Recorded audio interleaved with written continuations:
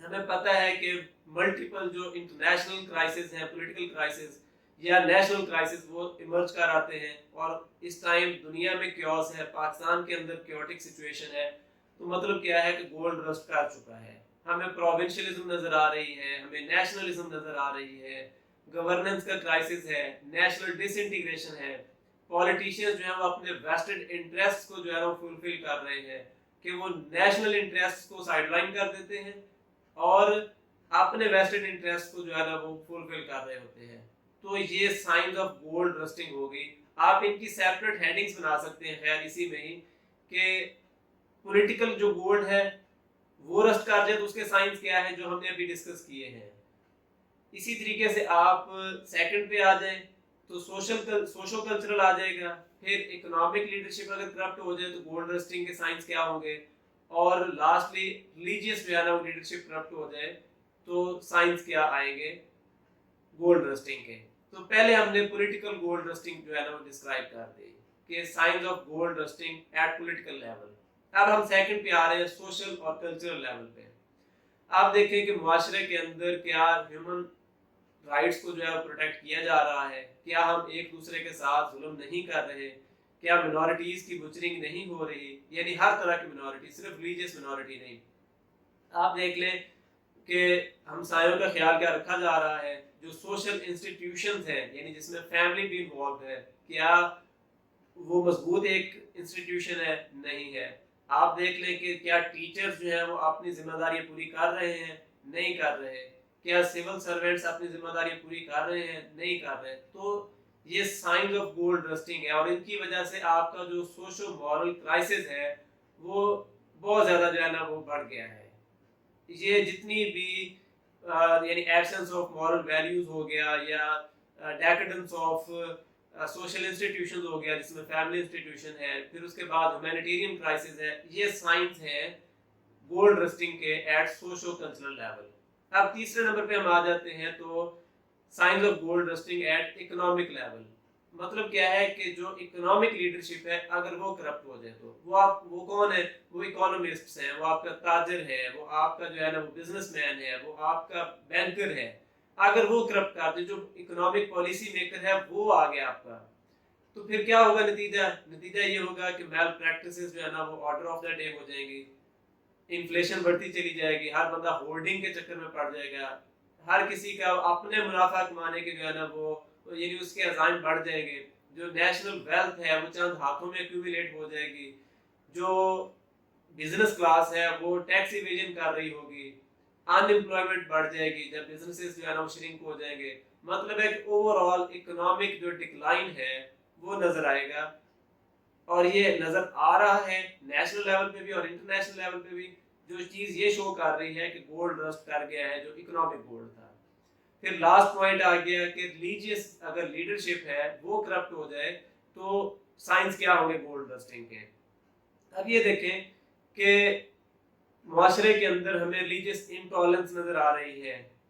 آج کل بڑا ایک سیریس ایشو ہوا ہے اس حوالے سے، مندر کے حوالے سے، کہ اسلام آباد میں مندر کی جو ہے نا وہ ہو رہی ہے انوگریشن ہو رہی ہے اور اس حوالے سے زمین الاٹ کی گئی ہے. تو ٹالریٹ کرنا چاہیے، اگر آپ نے مخالفت کرنی بھی ہے تو سیولائزڈ وے میں کریں.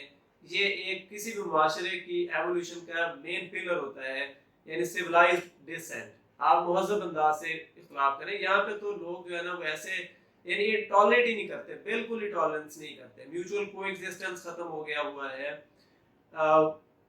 فنڈامنٹلزم ہے، ایکسٹریمزم ہے. اس کے بعد آپ اسے دیکھ لیں تو ریلیجیس جو ہے نا وہ ایک ایکسٹریم ویو چل پڑتی ہے.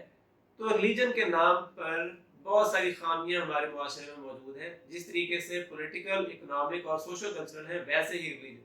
تو یہ سارے کے سارے سائنس شو کر رہے ہیں کہ آپ کی لیڈرشپ جو ہے وہ کرپٹ ہو گئی ہے. تو یہ پہلا پوائنٹ آ گیا. آپ نے پہلے ڈومین میں 7 8 10 15 جتنے بھی پوائنٹس بنے آپ نے وہ جسٹیفائی کر دیے. آپ کا ہاف ایسے ہو گیا، یعنی اس کے اندر آپ نے ثابت کر دیا کہ if gold rusts، کہ اگر گولڈ رسٹ ہو جائے تو کیا ہوتا ہے، اور جو ہوتا ہے وہ ہم نے یہ چیزیں ڈسکس کر لی کہ گولڈ رسٹنگ کے سائنس پھر کیا ہوئے. اب ہم آ جاتے ہیں کہ پھر کامنر کیا کرے, کامن میسز کی رسپانسبلٹی کیا ہے, ان کا رول کیا بنتا ہے, یعنی واٹ شیل آئرن ڈو, جو ٹاپک سٹیٹمنٹ کا سیکنڈ جو ہے نا وہ ایک آپشن تھا, واٹ شیل آئرن ڈو. بلکہ اس سے پہلے میں آپ کو ایک اور انٹرسٹنگ بات بتا دوں. آپ یہ دیکھیں کہ معاشرے کے اندر جو بہتری آتی ہے, جو امپروومنٹ ہوتی ہے سوشل نارمز میں, اکنامک نارمز میں, پالیسی میکنگ میں, وہ ساری کی ساری آپ کی لیڈرشپ کرتی ہے اور وہ معاشرے میں ریفلیکٹ ہو رہی ہوتی ہے. معاشرہ اٹ سیلف جو ہے نا وہ ایک, کیونکہ اس میں زیادہ تعداد ہوتی ہے وہ جو کم ایجوکیٹڈ لوگ ہوتے ہیں, جن کے پاس پولیٹیکل انڈرسٹینڈنگ نہیں ہوتی یا اکنامک انڈرسٹینڈنگ نہیں ہوتی, زیادہ تعداد ہے ان کی, وہ فالوورز ہوتے ہیں, اور وہ جن کو فالو کر رہے ہوتے ہیں وہ لیڈرشپ ہے. تو میں ایک بڑی آپ کو انٹرسٹنگ جو ہے نا یہاں پہ ایک پوزیشن رکھتا ہوں کہ پاکستان کے میڈیا کے ذریعے ہمیں یہ چیز ریئلائز کروائی گئی ہے کہ چونکہ آپ کا ریڈی والا کرپٹ ہے, چونکہ آپ کا دکاندار کرپٹ ہے, آپ کا تاجر کرپٹ ہے, چھوٹے سے چھوٹے لیول کا بندہ کرپٹ ہے, اسی وجہ سے آپ کے اوپر بھی ہمیشہ کرپٹ لیڈرشپ ہی آئے گی. مطلب ہے کہ ہمیں یہ بتایا گیا ہے کہ چونکہ نیچے کرپشن تھی, نیچے گندے لوگ تھے, اس لیے آپ کے اوپر مسلط کیے جائیں گے گندے لوگ. آپ اسے اگر فیکچوئل پوزیشن پہ دیکھیں تو دنیا کے اندر جہاں پہ بھی انقلاب آیا ہے, جہاں پہ بھی آپ کو جو ہے نا کوئی گروتھ نظر آئی ہے, ایولیوشن نظر آئی ہے, معاشرہ یا سویلائزیشن بڑھتا ہوا نظر آیا, وہاں پہ لیڈرشپ کے رول کی وجہ سے ہے, میسز کے رول کی وجہ سے نہیں ہے. یعنی آپ دیکھیں کہ عرب کا معاشرہ رسول اللہ صلی اللہ علیہ وسلم کی بعثت سے پہلے کس گناہ میں جو ہے نا وہ شامل نہیں تھا, تمام طرح کے گناہ کر رہا تھا, لیکن رسول اللہ صلی اللہ علیہ وسلم کی لیڈرشپ نے اکنامک جو ہے نا انہیں میل پریکٹسز سے بچا لیا, پولیٹیکل جو ہے نا میل پریکٹسز سے بچا لیا, ریلیجیس جو برائیاں تھیں ان سے بچا لیا. مطلب کیا ہے کہ لیڈرشپ نے آ کے انہیں ریفارم کر دیا. لوگوں کے اندر جو ہے نا وہ برائیوں کا عنصر موجود ہے, ہیومن نیچر ہے یہ. آپ امریکہ میں دیکھ لیں, 2 حصوں میں تقسیم ہو گیا تھا, ابراہم لنکن نے آ کے 1860s میں امریکہ کو بچایا. آپ برصغیر میں دیکھ لیں قائد اعظم کو, کہ مسلمان جو تھے, یعنی ہم پنجاب کے لوگ جو ہیں, یہاں پہ تو مسلم لیگ تھی ہی نہیں, پاکستان مسلم لیگ جو تھی, یعنی اس ٹائم برصغیر میں جو مسلم لیگ تھی, قائد اعظم کی لیڈرشپ نے سب کو اکٹھا کیا. لوگ خود بخود متحد نہیں ہوتے, لوگ خود بخود رول نہیں پلے کرتے, لیڈرشپ کرتی ہے. آپ نیلسن مینڈیلا کو دیکھ لیں, آپ مہاتیر محمد کو دیکھ لیں, آپ چائنا میں دیکھ لیں. تو مطلب کیا ہوا کہ لیڈرشپ میٹر کرتی ہے, کامن میسج ان کو فالو کرتی ہیں, اور وہ جیسی ڈائریکشن دیتے ہیں ویسا ہی ملک چلتا ہے. یہاں پہ ہمیں یہ فلسفی الٹی پڑھائی گئی ہے کہ چونکہ لوگ گندے ہیں لہٰذا لیڈرشپ بھی گندی آنی ہے. یعنی یا پھر دوسرا آپشن یہ ہے کہ آپ معاشرے کو اتنا امپروو کر دیں, اتنا اچھا بنا دیں کہ خود بخود ایمرج کرے لیڈرشپ, اور آپ کو ضرورت ہی نہ پڑے. یعنی آپ ویسٹرن معاشروں کی ایگزامپل دے سکتے ہیں, یا آپ ارلی اسلام کے جو ہے نا وہ دیکھ لیں کہ ہر بندہ اپنی اپنی فیلڈ میں لیڈرشپ پرووائڈ کر رہا تھا. تو یعنی کلاس لیس سوسائٹی کی طرف چلے جائیں گے آپ, جہاں پہ ہر بندہ لیڈر بننے کا اہل ہوگا. یا دوسرا آپشن یہ ہے. خیر یہ میری یعنی پرسنل تھاٹ تھی جو میں نے آپ کے ساتھ شیئر کی. اب میں واپسی آ جاتا ہوں اپنے ٹاپک پہ. پہلی ڈومین ہم نے ثابت کر دی, اب ہم دوسری ڈومین پہ آ رہے ہیں, واٹ شیل آئرن ڈو, یعنی رسپانسبلٹیز کیا بنتی ہیں آئرن کے اوپر, یعنی کامن مین کے اوپر, کامن میسز کے اوپر. تو سب سے پہلے تو یہ ہے کہ سیلف ڈسپلن کی ضرورت ہے, انہیں منظم ہونے کی ضرورت ہے. وہ منظم نہیں ہیں, وہ سکیٹرڈ ہیں, پولرائزڈ ہیں, جس وجہ سے وہ نیشنل جو ہے نا وہ اس میں پیراڈائمز میں رول نہیں پلے کر پا رہے. تو پہلے نمبر پہ سیلف ڈسپلن ہونا بہت ضروری ہے, اور اس کے لیے سیلف اکاؤنٹیبلٹی بھی کریں گے. یعنی اگر میں ریڈی والا ہوں تو میں اپنا کردار صحیح طریقے سے کروں استعمال, اگر میں آفیسر ہوں تو میں اپنا صحیح طریقے سے کردار, مطلب ہے کہ انڈیویجولزم ایک ڈسپلنڈ انڈیویجولزم ہونی چاہیے, یعنی تمام افراد جو ہیں منظم ہوں. تو پہلے نمبر پر یہ آ گیا کہ انڈیویجولز کو سیلف ڈسپلن کی ضرورت ہے اور سیلف اکاؤنٹیبلٹی کی ضرورت ہے. پھر دوسرے نمبر پہ ماڈرن ایجوکیشن جو ہے نا وہ حاصل کرنے کی ضرورت ہے. وہی معاشرہ آگے بڑھتا ہے جو ماڈرن ٹرینڈز کو فالو کرتا ہے. یعنی آپ اسلام کے ابتدائی دور کو دیکھ لیں, سائنسز کے موجد جو ہے نا مسلمان تھے, فلسفی کے موجد جو ہے نا مسلمان تھے, جو نئی نئی سائنٹیفک انوینشنز تھیں یا انوویشنز تھیں, ایون وار ٹیکٹکس میں وہ بھی مسلمانوں نے متعارف کروائے. تو آپ موجود جو بھی دور ہوتا ہے اس دور کے ماڈرن جو ہے نا سلیبس کو پڑھتے ہیں. یعنی آج کے دور میں ہم دیکھ لیں تو ہمارا جو سلیبس ہے یعنی پاکستان کے اندر وہ 20 سال پیچھے یا 30 سال پیچھے ہیں ہم پورے ویسٹ سے, کہ ہمیں آئی ٹی بھی وہ پڑھائی جا رہی ہے جو کسی کام کی نہیں ہے, لٹریچر وہ پڑھایا جا رہا ہے جو بہت پرانا ہے, جتنی سوشل سائنسز ہیں وہ پرانے دور کو ریفلیکٹ کر رہی ہیں, موجودہ دور کی جو ہے نا پیراڈائمس کو ریفلیکٹ نہیں کر رہی. تو ماڈرن ایجوکیشن لینا بہت ضروری ہے. ایجوکیشن جو ہے نا اسے تھرڈ آئی آف مین کہا جاتا ہے, کہ جو آپ کی دو آئیز نہیں دیکھ رہی ہوتی ہیں چیزیں, وہ ایجوکیشن آپ کو جو ہے نا وہ یعنی وزڈم آپ کی, نالج آپ کا, وہ آپ کو جو ہے نا وہ چیزیں سمجھا رہا ہوتا ہے, کہ آپ فور سی کر رہے ہوتے ہیں, آپ فور کاسٹ کر رہے ہوتے ہیں. یہ بیفور ہینڈ دیکھنا جو ہے نا بہت سارے کرائسس سے بچا دیتا ہے.